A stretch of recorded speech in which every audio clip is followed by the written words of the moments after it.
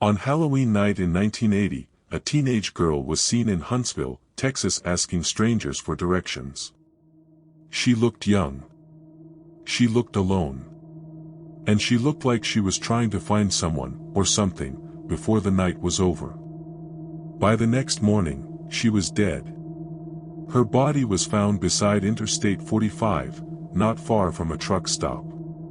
She had no identification. No one came forward to claim her. No missing person report led police to her name. And for more than 4 decades, she became known only by a label that sounded cold, clinical, and deeply unfair. Walker County Jane Doe. For 41 years, investigators, volunteers, artists, and DNA experts tried to answer the most basic question of all. Who was she? This is the story of the teenage girl who died far from home, and the long road it took to give her back her name. To understand why this case stayed in people's minds for so long, you have to start with the image that witnesses described in the final hours before the victim was found. It was late October of 1980. Huntsville, Texas was a place of highways, long stretches of road, truck stops, and prison units. It was the kind of place where strangers could pass through quickly, where one person standing alone could be noticed for a moment, and then disappear back into the dark. Witnesses said a teenage girl was seen in the area on October 31st. She was spotted at 2 places, a gas station on the south side of Huntsville, and the Hitchin Post truck stop. Both sightings would become important later, because they suggested that she wasn't hidden away or isolated the entire time. She was out in public. She was speaking to people. She was trying to get somewhere.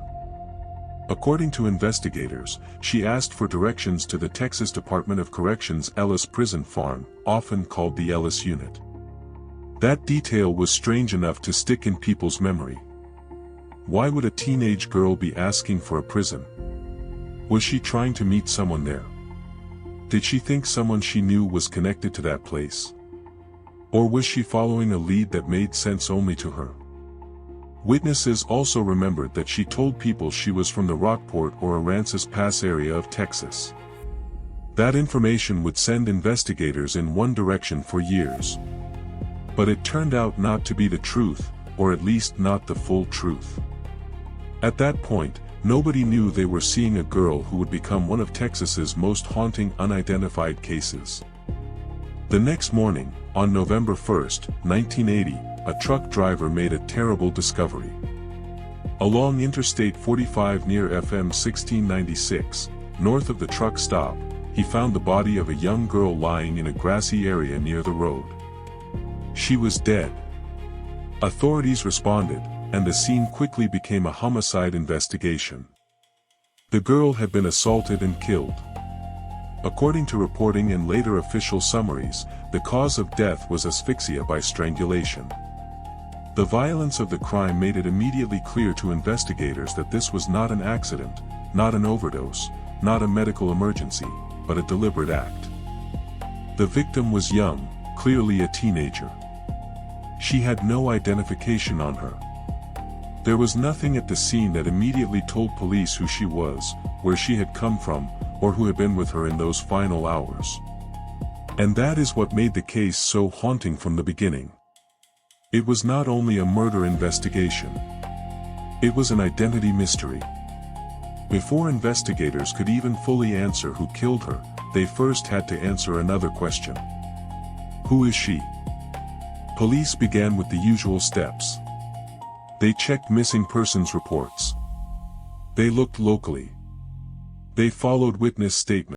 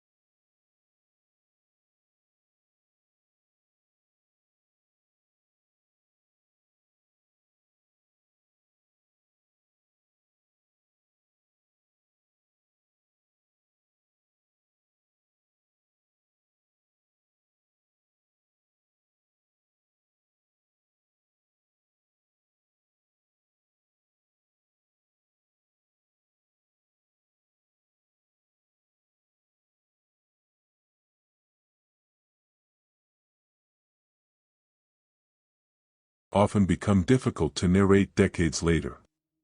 The public remembers fragments. Detectives remember leads. But only some facts remain stable.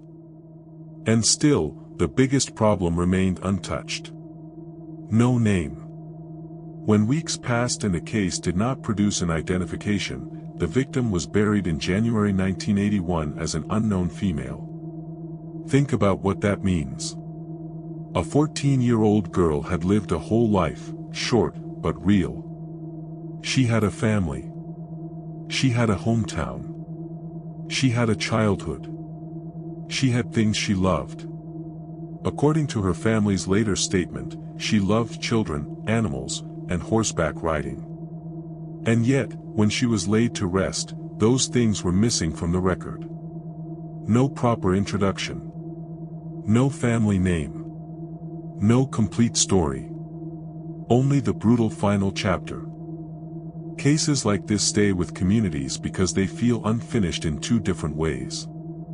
The killer is unknown, yes. But the victim is also unknown. Justice and identity are both missing at the same time. That is why Walker County Jane Doe became more than an old homicide file. She became a symbol of all the children and teens who vanish from systems, from records, from public attention, and yet are never fully forgotten. One of the most painful parts of this story is that the victim was not from where investigators first thought. Authorities later learned that Sherri Ann Jarvis was from Stillwater, Minnesota, more than 1,100 miles away from where her body was found in Texas. According to later reporting and family statements, Sherri had been removed from her home because of habitual truancy. Family members said she was just 13 when the state removed her. At some point afterward, she ran away from the agency that had custody of her. That agency reported her missing, but records were later purged, which made it difficult for modern investigators to trace those original documents or reconnect directly with the institutional path that led to her disappearance. That detail matters a lot. Because it explains how a child can effectively disappear into the cracks between systems. A runaway teen in state-related custody, moving across states, with incomplete records and a changing paper trail, that is exactly the kind of circumstance that can turn a solvable missing person case into a decades-long mystery.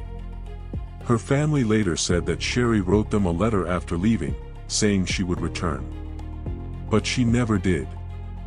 That sentence alone could define the heartbreak of this case. She said she would come back. She never came home. And for 41 years, her family did not know where she was. As the years passed, the case did not disappear. It changed form. It moved from an active new homicide into the colder, slower world of long-term unidentified investigations. Detectives revisited it.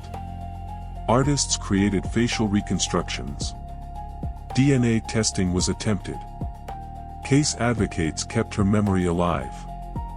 In 1999, her body was exhumed so that newer forensic testing could be done. Investigators tried STR and mitochondrial DNA work, but at the time there were no successful matches that could identify her. This is a pattern seen in many older cold cases. Evidence is preserved, science advances, but the timing isn't quite right yet. The technology exists in part, but not enough to finish the job. Later, new reconstructions were made, including work associated with the National Center for Missing and Exploited Children. These images were meant to do something very simple and very human, to put a face back on the nameless. To make strangers stop scrolling, stop walking, stop flipping the page, and think, I know her.